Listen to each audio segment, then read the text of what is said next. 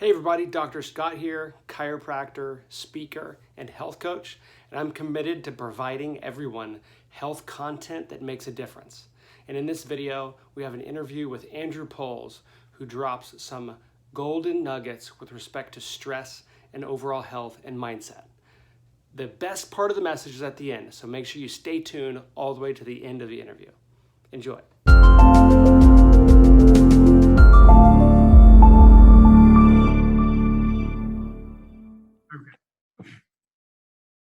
Hey everybody, this is Dr. Scott, and I'm here with Andrew Poles.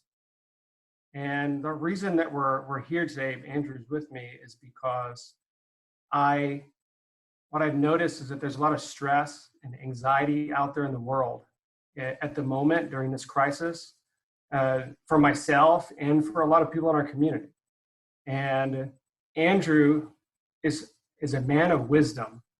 He's somebody who I respect so much. He's helped me a ton in the conversations that we've had in the last few weeks. He's a coach, he's a business consultant, and he's a communication expert. And when I say expert, I mean he's world class.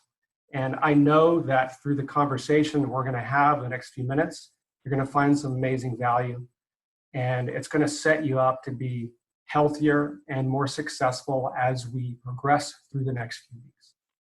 And so, Andrew, just go ahead and introduce yourself. Let us know who you are.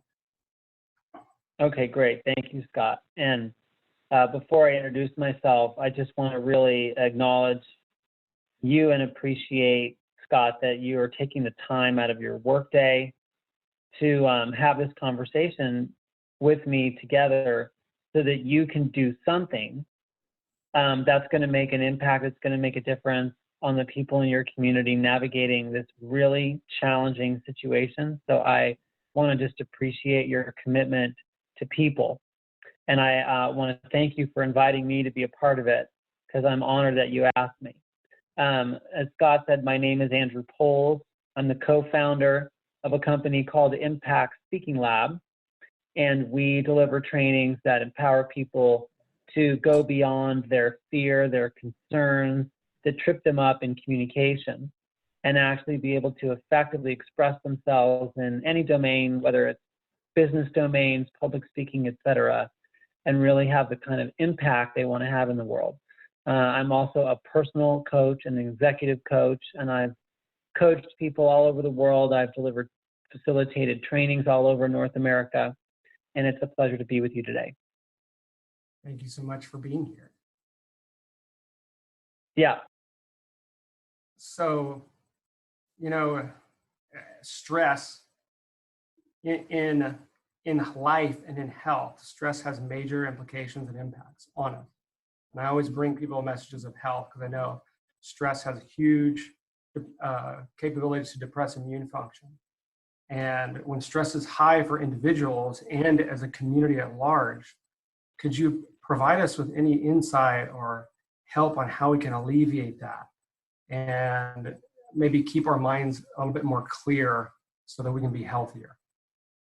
Yeah, that's a great question. And I'm someone who, generally speaking, has gone through life, with a really low level of stress in my own experience. Sure, there's moments, when you're dealing with something that's really urgent, that your stress level may go up, but for the most part, I've found myself going through life for the last couple of years with a pretty low level of stress until this situation happened. And now I find myself having to manage much higher levels of stress. It's just a normal background experience that's there for me every day, the minute I wake up. So I think a lot of people are going through that. And the first thing I think it's important to understand about that is that it's normal response to what everyone's dealing with. So there's nothing wrong with you. If you're experiencing a high level of stress, it doesn't mean that you're weak. It doesn't mean that you're not dealing with this well. It means you're alive and your brain is functioning properly. So I want to talk about that a little bit. Stress is a part of the brain's response to perceived or actual threats. And although the truth is that life is always uncertain, mostly we go through our life and we don't experience the uncertainty that is there about the future. And so when something like this happens, our experience is that life has become extremely uncertain when it's normally quite certain. And so that is perceived by a human being's brain as a threat. There are also concerns about unemployment, about getting sick, and things like that, that the brain perceives as a threat. So, and I say perceives as a threat just to draw a distinction between some moment in life where your physical life is actually threatened, like where you're in a car accident or someone's mugging you at a gunpoint or whatever, just real physical threat in that moment versus the thought that you have about something that might happen in the future that isn't happening now that you also experience as a threat. So your brain doesn't experience those two things any differently, so its response is not any different. And that's also important to get. And why I say that is because I have found for myself and the people I work with that to the extent that you can understand and appreciate what your brain is doing with a situation, you can gain a little bit of distance from that and it won't be as gripping on you. So if you can appreciate that your brain is experiencing everything that's happening like a threat, same way it would as if your life were actually being threatened by something like a mugging at gunpoint, you can have a little compassion for the fact that you are experiencing continuous higher levels of fear and threat. So that's the first thing. Second thing is, if you can really appreciate that, that response is a very useful response when that's the appropriate response.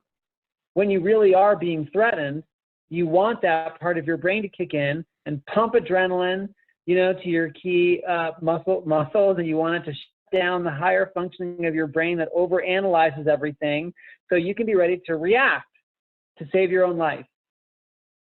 So that's a great thing to have in the human brain, except when that gets triggered, when you have some thought about, oh my gosh, am I going to get fired?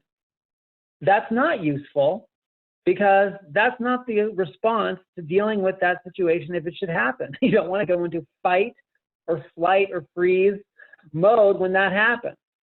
So the first thing is, can you catch it and can you name it? Oh, wow, right now, my amygdala in my brain, the part that's responsible for that reaction to threats, that fight or flight or freeze, just got triggered. Okay, I'm having an amygdala response right now to the thought I just had.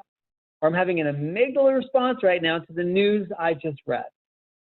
And anything that you can name, anything you can identify, you can get a little bit of distance from right in that moment that you can identify it and give it that name. And it starts to lessen its grip on you. So I think that's one key strategy, Scott, and I have more I want to discuss, but I want to just pause for a minute. It's one key strategy I've found that's made a big difference for me numerous times in the day saying, oh, wow, there it goes again. My amygdala just got threatened again. Now I feel all this stress. Okay, it just happened again. I get it. So anything for you about that, Scott? Have you noticed that happening for yourself or the people around you? Just listening to you talk about it just helps the stress go down a little bit.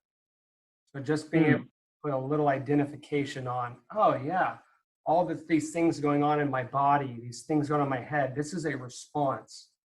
This is not who I am. It's a response. And then from that place, like you said, the distance, that gives me the space to choose my next move or words, which is great. Instead of just responding right out the gate from that, amygdala stress response. It's great.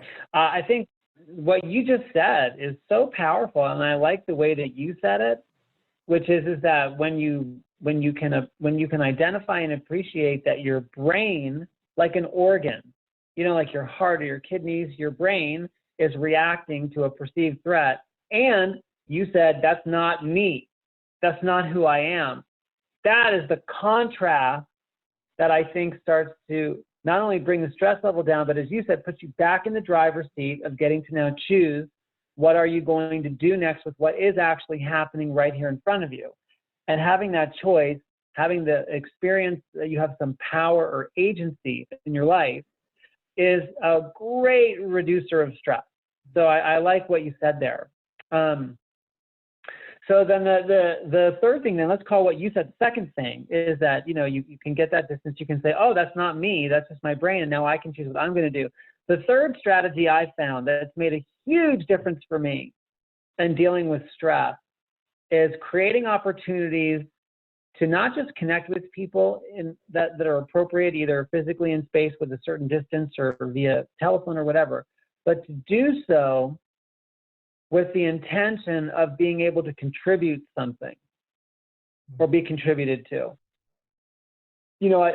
There's something that happens in the brain as well when we get connected with each other inside of an authentic intention to contribute, to make an impact, to make a difference. And when you do that and you get connected in that way, your brain also pumps other neurochemicals into your bloodstream, into your brain, like oxytocin and dopamine, which not only bring the stress response way down, but give you the experience of well-being, connection, and all those really great experiences that boost immunity. Wow. So the third thing I think we can do is find some ways to connect and contribute to each other. And it doesn't have to be something grandiose. Like the other day, I came upon a great website for small businesses who were struggling about how to get access to SBA loans and whatever. And I just printed it out and I took it to my neighbor's house. And I knocked on the door and I, set it down and walked away, and he picked it up. He said, "What's this?" And I said, "I thought of you when I saw this," because he's a small business owner, and he had to cancel all of his business because he puts on big concerts. And even though he had already heard about that resource and was already looking into it, so giving him that piece of paper didn't necessarily make a difference for him in terms of a thing he didn't know about. What did happen is he got, oh my God, this guy who I don't even barely know lives across the street from me, took a moment out of his day to print something out and bring it to me because he thought it might make a difference. And he got connected with me, and I got connected with him in that moment. And we had just a moment of appreciation. And I find that those kinds of things make a huge difference in reducing stress. You can do that for your family. You can do that for people you work with. You can do that for random people. It doesn't matter, but being connected and coming together in moments of stress reduces stress.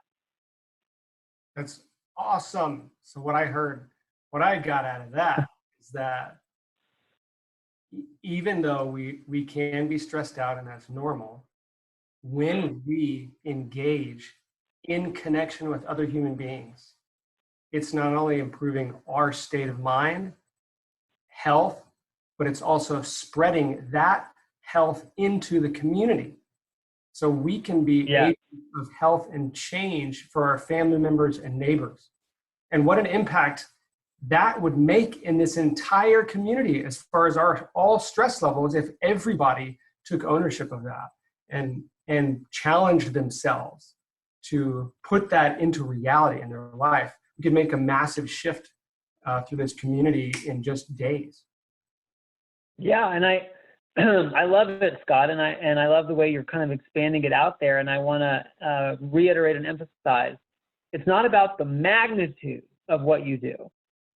It's not even about the effectiveness of what you do, although obviously we all want to do things that are making a real difference. It's about the kind of connection that gets created between human beings when the intention to contribute is authentic.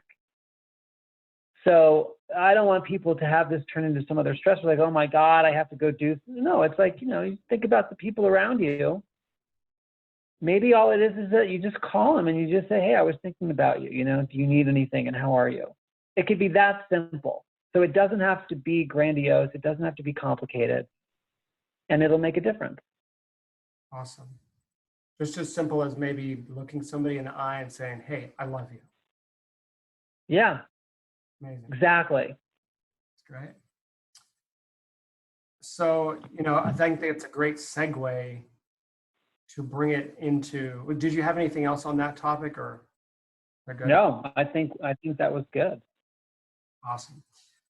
I know for me personally, and a lot of other clients, that when there's stress in life and in the community, that impacts my relationship, specifically with my wife. I mean, stress definitely is running a little bit higher inside the household. I'm sure that's true for a lot of people.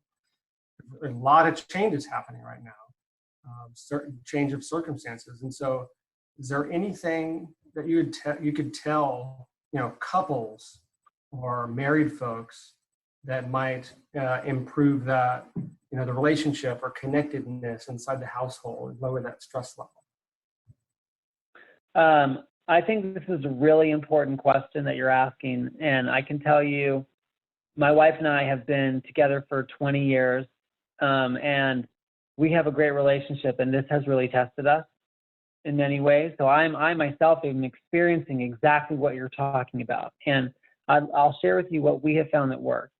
The first thing is that I think that many couples' relationship, when it does work, works in part because it's structured to have periods of proximity and periods of distance. And our work lives just kind of put that into place structurally because that's just the way it is for most of us.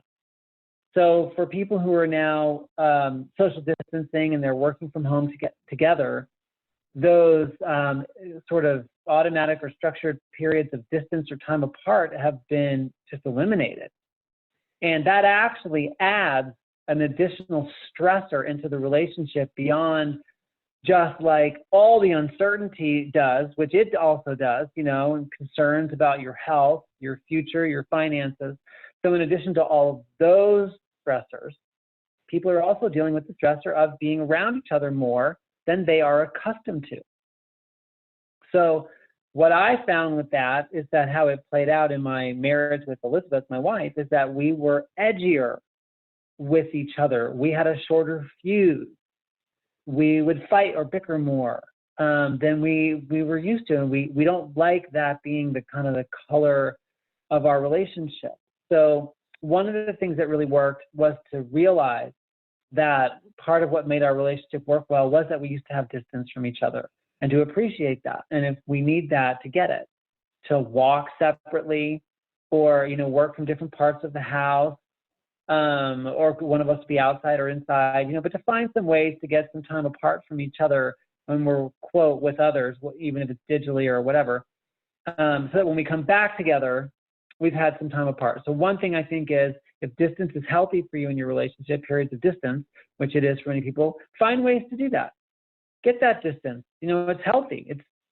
No one ever said that what it looks like to be happily married or in a great relationship is that you want to be together all the time. No one ever said that. That's not the case. So I think that's important. Okay. And then the second thing that we have found that really works for us is that we consciously picked a place to come from, a way to be with each other that we chose, that works not only for us when we were providing something for the other person who needed it, but also to work through this time together as we chose to be kind with each other. That was where we decided to stand, to come from, etc. Because why? Because both of us are, like we're talking about, dealing with more stress than we're used to. We're dealing with all this experience of uncertainty way more than we're used to. And so we know that we may not be at our best compared to previous times, how we've known each other. We might be a little snippier, we might be a little edgier, we might not be as happy, we might be whatever. And if we can have compassion for that and be kind with each other, it helps us move through this period of time together as partners more gracefully and more lovingly. So we've chosen to be kind, and it really makes a difference. Even when we're arguing about something to get, okay, wow, I am so upset about something right now that normally I would just not even care about. And I'm so upset. We might as well be, fighting about, I don't know, divorce or something. I'm so upset about what? About the fact that you just helped me try to put this thing away when I didn't need your help. I mean, this is insane. I just have to be a little compassionate with myself and you, that I'm just being a little bit crazy right now. I'm sorry about that, to literally be kind and compassionate. So I recommend people take on that practice, not necessarily being kind, but to pick a place to come from in dealing with life together in your relationship. It might be kind for you all. It might be, I don't know, drama-free or clear-headed or whatever works for you, but pick one that works for you and then practice coming from there versus your reaction. Awesome. So I'm just putting these pieces together from the first question and the second question. Yeah. what I really Yeah. starting to see and understand that's super helpful is realizing that we're going to have this response. Here's my body, here's my amygdala, it's going through this stuff. And then having the realization that, okay, this isn't me. Here's the distance. I'm going to create that distance. And now we get to choose what we want to be, whether that's kindness or compassion or, empathy or love or whatever that is. And I think that what you pointed out is that it's not just something that happens. It's something that you choose, something that you do it. You get to be that, or you get to not, or you could not be that. That ultimately is a choice, which is really super powerful. It's really powerful, and it's empowering because it not only gives you the experience that you're navigating your way through life consciously, that you could say in control of your destiny, or however you want to say that, but it's in fact the case. I think the fundamental choice for us as human beings in any moment of life is, am I going to be driven by a reaction that happened in my brain that I had nothing to do with? Or am I going to have some agency, some choice here in the matter of who I'm going to be in this moment and what I'm going to do? And that fundamental choice exists for us at every moment, at least as a possibility. But the more that we understand and appreciate the way our brain works and the way our humanity works, the more opportunities we have to create that choice and live a life that we are designing and creating intentionally versus just being completely identified with some reaction over which we have no control. Yeah, it's great. And something else that I heard you say is that it's a practice. It's not something that just is there, and it's something that it's got to be intentionally. It doesn't have to be, but you could choose to intentionally bring that into your relationship every day, every moment. Yeah, that's good, Scott.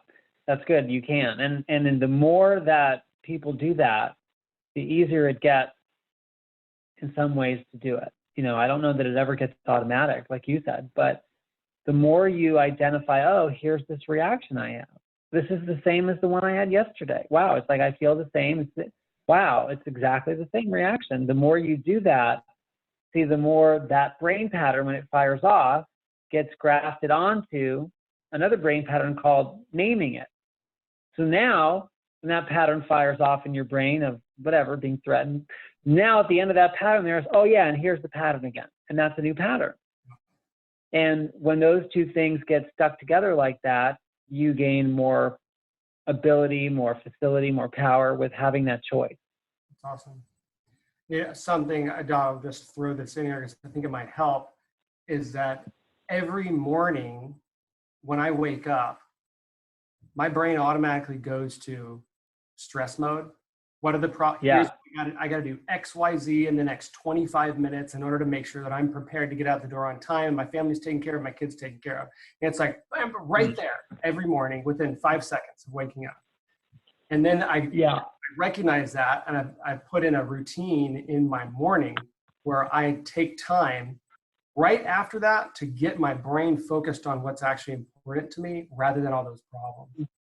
And just find, deep breathing exercises, meditation, whatnot. But I mean, I've definitely, that is something that I put in that's had a huge impact on my stress levels over the last probably year or so. Hopefully that can provide some value to somebody out there. That's great. Yeah, thank you. I get that. Awesome. And with respect to routines, I mean, so many of us now, our routines are just messed up. They're just wacko. I mean, I was working out, no, I'm not. And then I got to figure out how am I going to do it? How am I getting my cardio in? I don't want to run on the pavement. I mean, what's going on? How do we find, how do we find our routines or even really understand what's important to us so that we can begin developing the routines that match with who we are, who we want to be? Well, I think you framed that well, that the social distancing measures that are put in place have completely disrupted the routines that we worked inside of to manage life. So now I think what needs to happen is that we need to recognize first that a lot of routine for our life was being provided for us by the way we interacted with structures we had no control over. Like, some of you would always take lunch at a certain time of day because you had to coordinate it with your coworkers, or you had to work out at a certain time of day because it had to work in between your work schedule and your childcare schedule, or things like that. So there were these constraints on the way that you could schedule out your time you had to work inside of, and those constraints actually provided a lot of structure. So it wasn't they were constraining like limiting, it was actually they were constraining like helpful of how to get everything working. So now when that's all gone, I think what people have to do is you actually have to build it in to the way that you design your day and begin to develop the discipline. And it does take discipline. It takes discipline to put something in your agenda or your calendar and say, okay, I'm going to exercise from here to here, and I'm going to have lunch from here to here, and not just completely blow it off when the time comes. Because, well, I could do it later. I can move this here. It's like there are very few constraints anymore that are forcing you to do something at a particular time. And it's not really forcing, but it's a constraint that you don't control, that's immovable, that you work around. When those are gone, you have to develop more discipline to do things when you say you're going to do them. And I think what is really helpful is that the things that are really important to you, you put them in your agenda or your calendar first. Here's when I'm going to exercise. Here's when I'm going to, cook. Here's when I'm going to work on this project. And you put everything that's important to you in there. And then when the time comes, you do it. And you impose the structure on yourself through discipline. And that actually, I think, gives you a way more healthy way to engage with life than just saying, oh, I could do this whenever, and I could do that whenever. And then, the next thing you know, you're working 16-hour days because you just never stop to eat or whatever that is. It's not healthy. No. So I think the discipline and the rigor are actually very healthy right now. Awesome. I know I work with a lot of teachers, and I know they're going crazy right now trying to get everything online. Their schedules are maxed out. Their deadlines are being pushed. They're some of the ones that I think that right now are impacted in a very powerful way, and they are really struggling right now to get that structure. I get that. How do you, could you share with somebody who they've got a deadline for like tomorrow to have something up, but they also have these other things that are important to them? Could you provide some insight? Well, that's such a tough one, Scott. I think, they need to evaluate for themselves, I would imagine. And I have a lot of compassion for the people who are in that boat, especially our teachers, and the business owners who are working hard to get offerings online that used to be available brick and mortar or through some other means. You really have to evaluate, is this a hard deadline that must be met? And is that the end of it? Or do I have 2 months of this kind of activity? Because if you have a hard deadline that is standalone and you have to push your body and push your mind to hit that deadline on a short-term scale, you can recover from that pretty well. But if you try to demand of your body and your mind 16-hour days for 2 months, you're going to wear down and break down. It's not going to be sustainable. And the likelihood of you getting sick, whether it's through COVID or some other means, goes way up. So one thing is you have to really do a good job of triaging your priorities. What really does need to happen that you need to push for, and what, if you really told the truth to yourself, could be done a little further down the road without, catastrophic impact. So one thing is you must triage your priorities. I would imagine the teachers are on a real press because the tick-tock clock of people getting through their curriculum in a reasonable amount of time is ticking on them. So they may just be in a position where they've got to find ways to push through it and come together and support each other until they get to the other side of it. I think if that does happen, you do need to give yourself some space on the other side of the push to recover. I think that's very useful for people. And I'm not a health expert, but I'm someone who is kind of wired to push myself really hard. So I've done this a lot. When I do that, it's helpful to create opportunities in the days that follow to de-stress, relax, exercise, maybe rest a little more, sleep a little more, and know that it's okay. You cannot be all sacrifice. You actually have to have it balance out. So I think this may not be super insightful, Scott, but I think what people who are in that boat have to do is they have to pick their battles and fight the ones they have to fight, and let the other ones they don't have to fight live to be fought another day, and make sure that they're getting what they need to stay strong and healthy. Yep, I think that's it. Love it. It's great stuff. So, in circumstances of our lives, there's never going to go away. It's not going to go away as long as we live. We're in a circumstance right now. For now and for the future, how can we, as human beings, turn a crisis, something that we're viewing as a crisis, into something positive and something that is beneficial in the community and beneficial to ourselves? That makes sense? Yeah, I like it. I'd like to just talk about that word positive for a second, because I find it's useful to break that down into some more specific types of terms. Positive's a little bit vague. So, positive for some people means feeling better, which is great. Emotionally feeling better is is what they mean by being positive. Or some people mean being optimistic versus being pessimistic or resigned, and that's what they mean by positive. So I think it's helpful to kind of refine that. I think what you're saying is something useful, something productive, something that actually contributes or makes a difference. But I don't want to put words in your mouth. So am I kind of catching your meaning of that? Yep, you got it. Something that makes a difference for me, something that makes a difference for my family, for my community. Definitely. Yeah, okay, good.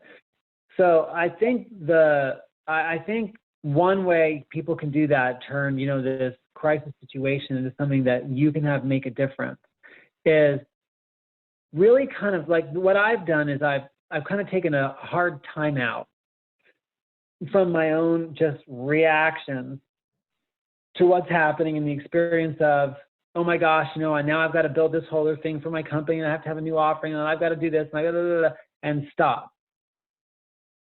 And look around and ask myself the question, what are people dealing with? What am I dealing with, and what are people dealing with? And then, can I do something about that or not? And if the answer is yes, I can do something about that, am I going to do something about that or not? To really just get real clear and grounded. So for example, I know some of the people here in Austin who are working on the crisis response at the level of the city and dealing with the potential, resource challenge in the healthcare system if a number of cases spike too fast. I know there's a number of people working on that. And could I do something with that? Yeah, I could. And I might still, but right now I'm not. But on the other hand, I called a small business owner last week who I know and care about a lot, because I had some ideas for him about how he could transition his business quickly and painlessly online to continue to deliver value to his clients and stay afloat. And that was something I could do something about, and I did. So I think the way that we turn this crisis into something that's productive, that makes a difference for us and others, is to stop, to look at all the things we can see that are needed, and to ask the question, can I do something about that or not? And am I going to or not? And just know if the answer is I could, but I'm not going to on this, but I am on that, that's fine. There can be an experience, there can be a story or a narrative that gets run, that we run, on ourselves. I should be doing more. Or if this is needed, I should be doing this. And just like there is a limited amount of time in a given day in which you can act on things, There really is that. There's a limited amount that you're going to do. Now, you can get real creative and you can expand ways to increase your capacity and all that stuff. But at the end of the day, you're not going to act on everything that you can see to act on. And that is okay. It's okay. And somehow you have to find a way to accept that you're not going to act on everything that occurs to you like you should. And then you act on what you do. You make the difference that you make. And that's what you do. And if you do that, like we said earlier, even if it's something that you see as small, sometimes small gestures or small things make all the difference. Sometimes someone calling you to tell you that they think that you are awesome because of this, that, or the other, and you getting to see yourself in a new way through someone else's eyes when you've been stuck in your own view of yourself that's largely negative for a day or two, is exactly what you needed to go take care of your family or be productive at work or whatever. Sometimes a quote small thing is huge. So I invite people to trust themselves, to act on the things they're called to act on, and to have that be perfect rather than to have it be not enough. And I think that's an important skill for all of us to develop in the midst of this. Contribute in a way that you can say, that was what there was for me to do. That's beautiful, Andrew. I really appreciate that. That helps me a lot. Definitely. And I know that it's going to help a lot of people out there who want to help, they want to do stuff, and they just feel a burden that they need to be doing more. And contribution in their way might just be enough. Exactly. It's awesome. Yeah, great. Well, is there any, closing remarks or anything else you want to add before you tell people, how they can find you, and if they need to reach out, or if they want your help, where can they look? Yeah, I think the closing remark for me is, and man, it's like if you had like a 50 million person, following, that'd be so cool, to get this out to 50 million people. Is like if I could look in people's eyes and right into their soul and just say, not only is who you are enough, but in you, there really is brilliance and creativity and something to contribute that matters. And your job isn't to judge whether or not it's enough. Your job is to let it come through you. And, I know for every human being, I just know this. Like I know that I'm sitting here in this chair in Austin, in my house, that every single person who's listening to this, if you're still listening, God bless you, you made it this long, that you have something to say or something to contribute that matters. You do. And you can trust that. And I am committed that you somehow get connected to what that is and you get to experience giving it away, because you matter and what you have to say matters. So if I could find some way to give that to everybody with the magic wand, I would. That would be my closing remark, okay? And if people want to find me or talk further, they're welcome to contact me through my website, which is Impact Speaking Lab, LAB, like laboratory.com. ImpactSpeakingLab.com. They can email me at andrew@ImpactSpeakingLab.com. Awesome. I'll make sure that we put that with the description of the video. Great. And Scott, thank you for creating this this video so that people could find something in here that makes a difference, because you care about contributing for no other reason than you just do. And I really appreciate that about you. And it's been an honor to be on here with you today. Thanks for having the conversation with me. Likewise. Thanks for taking the time. Okay. Bye. There you go, guys. I hope you got some great golden nuggets from that. If you'd like to reach out to Andrew, his link will be posted below in the description, as well as more information about how to get a hold of us. And please go ahead and subscribe to the channel. You'll see a link right over here. That way you'll continuously be updated with the health content that we put up. Thanks.